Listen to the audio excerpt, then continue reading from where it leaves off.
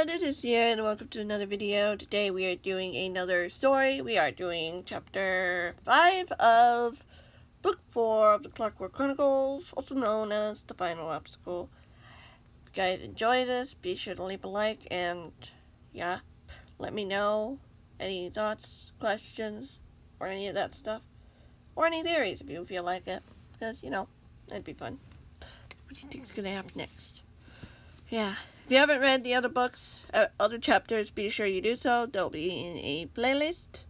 If you want to check that out, I would recommend that. Yeah. Let's get to it, shall we? Chapter 5. Sam watched in dismay as the copter flew away. Anger filled him as he watched his friend being taken from him. He'd been so close. His friend had been just in his grasp. All he'd have to have done was break the rope. No, he had failed to even do that before he'd been booted off. He wasn't sure how he should feel about that as he rubbed his chin gingerly, wondering if it would leave a bruise. Sam, are you okay? Squishy asked him, noticing how he massaged the injury. Fine, really, the boy said with a nod as he looked back at where the machine disappeared to. We need to go after it. She shook her head. The helpers would go after it and see what is going on. You and I need to go somewhere where we can check on that injury. It's honestly not that bad, the boy admitted determinedly. She sighed. That man kicked you pretty hard. I want to make sure you didn't get a concussion or something. A concussion? Me? The boy asked in amazement. What about Stampy? He'd want to know you were okay, she said softly. You saw a look of horror on his face when that man kid struck you. The boy swallowed as he nodded. I just don't want him to think I didn't try to go after him. He'll understand, she assured him. Besides, you still have me to keep an eye on. But what about, the boy asked, things are out of the helper's control. Let your aunt or someone know, she suggested.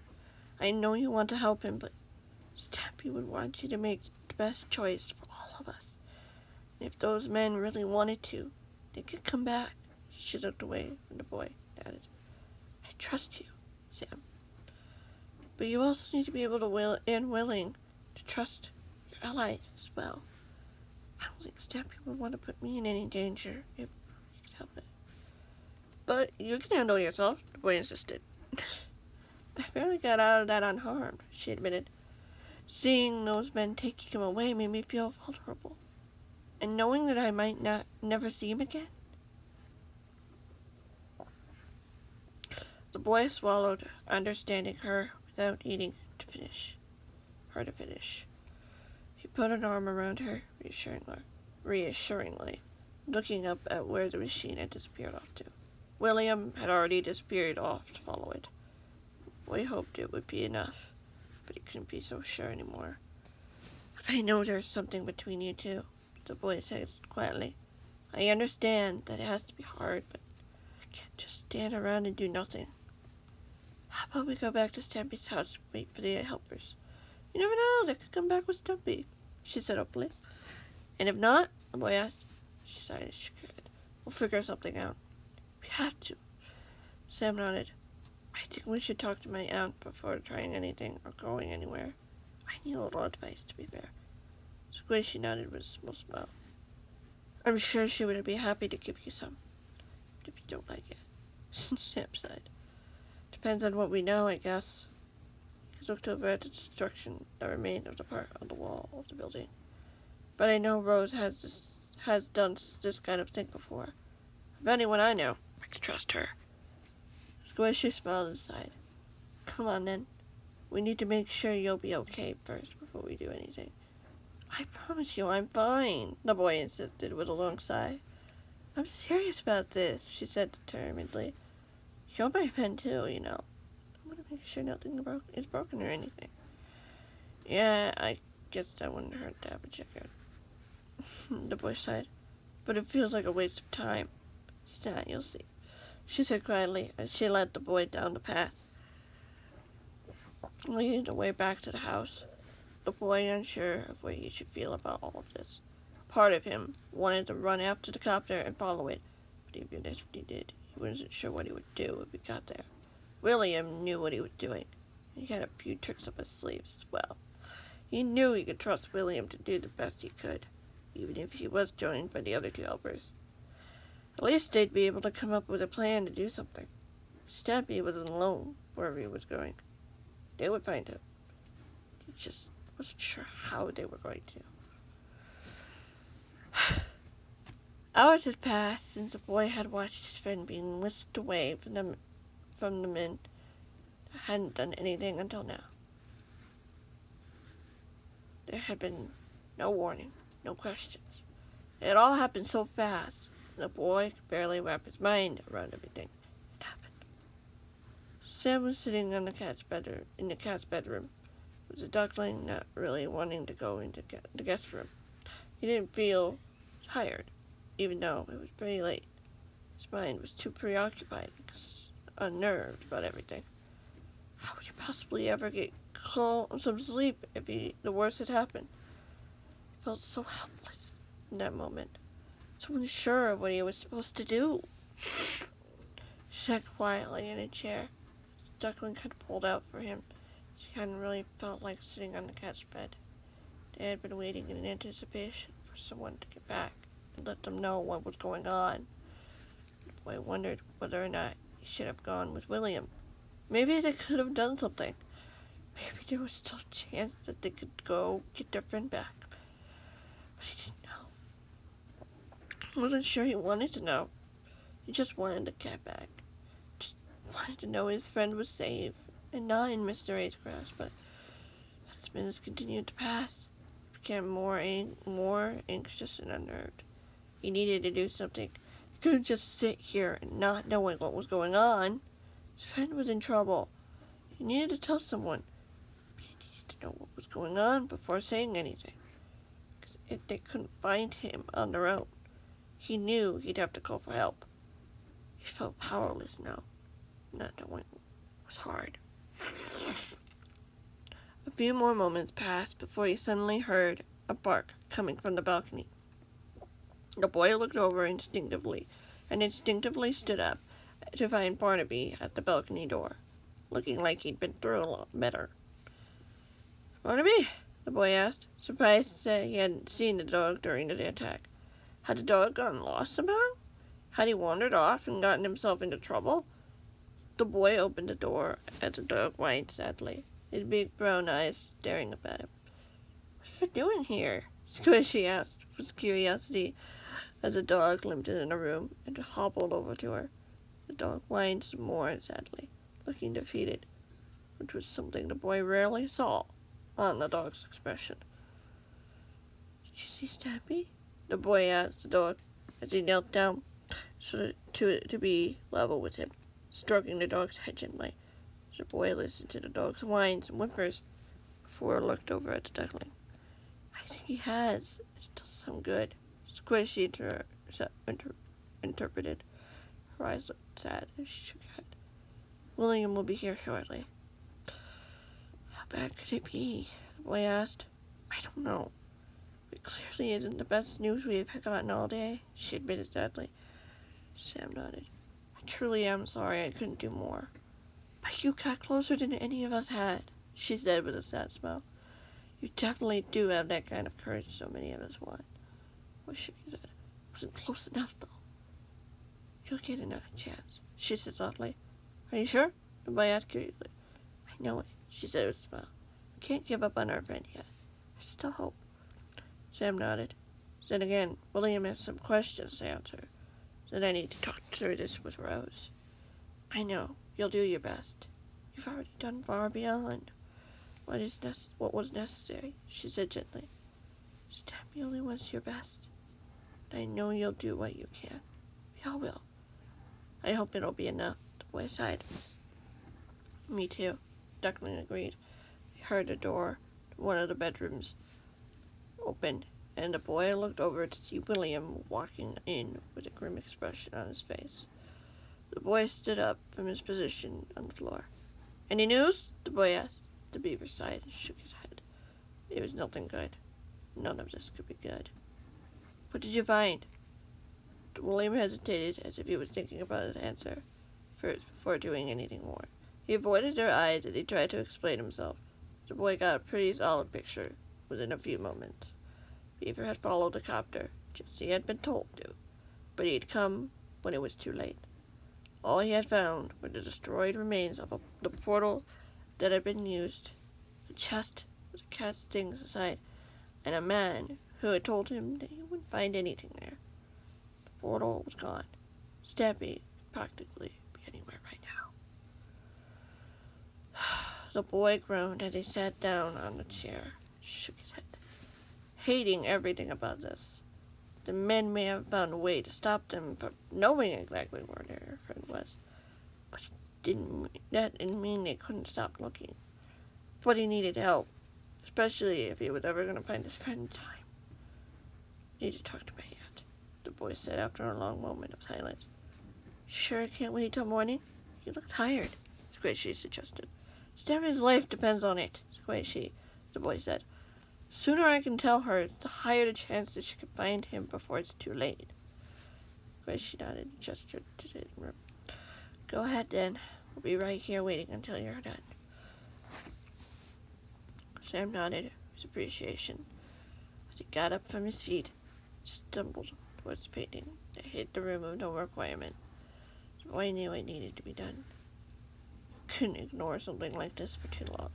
He had to act quickly if he ever had a chance of helping his friend. He managed to climb his way to his room and looked around before coming to the device that could only be used in an emergency. For the past couple of weeks after Eli's death, he had been forced to use it less and less to ensure that no one could track down and hurt Stampy. Now, he needed to use it to find his friend. The boy made it to the device and put in some coordinates that he knew would lead to his aunt. A long moment passed as nothing happened. 2 minutes turned into 3. Silence, for the device finally connected. Hello? Who's this? A voice asked. It's a female voice, a voice he knew so well. Someone he hadn't seen in months. Hey, Rose, it's me, the boy replied. Sam? What are you doing up this late? She asked, surprised. Should you be in bed? Something happened, the boy said sourly. It's too urgent to wait until morning. What is it? Is Debbie okay? She asked. The boy swallowed his side. Be honest, I don't know. Stampy's okay. Mr. A's men came back and managed to capture him, even with all of us there to help him. We don't know where they took him. I'm glad you came to me first, she said softly. I had to, the boy said. I know you're good at these kind of things. I need your help. Stampy needs your help. I can't do this alone. Of course I'll help, she said gently. But are you okay, Squishy? Squishy's fine, the boy said. So am I, except for the ugly bruise on my face. How'd you get that? She asked. Sam told her everything, from beginning to end, leaving nothing out, knowing it was risky. But he also knew that he could trust his aunt. He'd already seen what she was capable of, since she and Eli had managed to find him and Nettie when they'd been captured by Mr. A. She had done this kind of stuff before. He knew she could do it again. Just stay safe, okay? Rose asked him once. He's finished. I'll let you know if anything comes up. Thanks, Rose, Sam said. No problem, she replied with a sigh. Squishy's right. You shouldn't try to leave the world unless you know for sure if you can help. I'm pretty sure Stampy would much rather know that she's safe than being rescued by you, only for her to be in danger. Right, Sam was nodding. I can see that now. Just be careful up there, she insisted. And please, don't take any unnecessary risks. I will, the boy said. I'll talk to you later then, she replied simply. You should try to get some sleep. I don't know if I can after everything that's happened, the boy admitted sheepishly. Try to, she said. You need to keep your strength up, especially if I need you to do something. I'll be waiting then, the boy said with a nod. Good luck. You too, she agreed, before they disconnected, leaving the boy in silent, empty room, feeling slightly at ease as if some pressure had been lifted off his shoulders. Yes, he would be there if Stampy needed him. Right now, he needed to ensure that the duckling would be safe. The last thing he wanted was to see someone else he knew get hurt, just because he was being careless. He walked away from the device and climbed down the ladder and entered the room again, to find Squishy watching him expectantly. Well, what did she say? She asked. She'll see what she can do, the boy said. In the meantime, we wait and maybe repair the damage the men caused. I can do that, she nodded with a sad smile. Thank you for listening to me and your hand. I don't want any of my friends to get hurt, the boy admitted. I know Rose can find Stampy. I know she'll stop those men from finishing him, but if she needs our help, we'll be there too. Until then, we wait. I hate waiting. Squishy sighed in frustration. Trust me, I know, the boy said with a small smile. I hate it too, but there's not much else we can do. We would waste time looking around random worlds without knowing where to start. The best thing we can do for now is to wait. And I guess there's no better time than any to call it a night, she said as she pulled back the covers. Why don't you spend the night in the guest room with me? The boy offered. I can always sleep outside if you need me to, but I don't want you being here on your own. She sighed. I'll be fine, Sam. You really don't have to worry. Sam shook his head. I will stop putting a bed outside the bedroom, just in case. She managed to smile and nodded. All right. Guess I can't really argue with that. I take my job seriously, Squishy, the boy replied matter-of-factly. Not just with Stampy. Of course you do. And I really do like that, she said softly. I just never truly noticed it until now. You're my friend, the boy said confidently, and I don't want to leave you on your own too much if I can help it. Good night, then, Squishy said with an amused smile. Sam waved and nodded. Call me if you need me. I will, she replied as the boy walked out of the room, the boy knowing very well that she would. Yes, he knew she could handle herself pretty well, but if the men had really wanted to do worse to her, they could. He wasn't sure if he could live with himself if something happened to her. He could have avoided it. He'd already seen how lost the cat had been when he lost Squid. He didn't want him to have to go through it again. If he could help it, it was the same as Squishy. He had to be strong, even though some things were out of his control.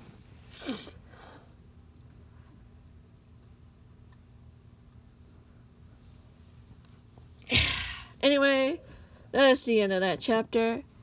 I hope you guys enjoyed. If you liked it, be sure to let me know.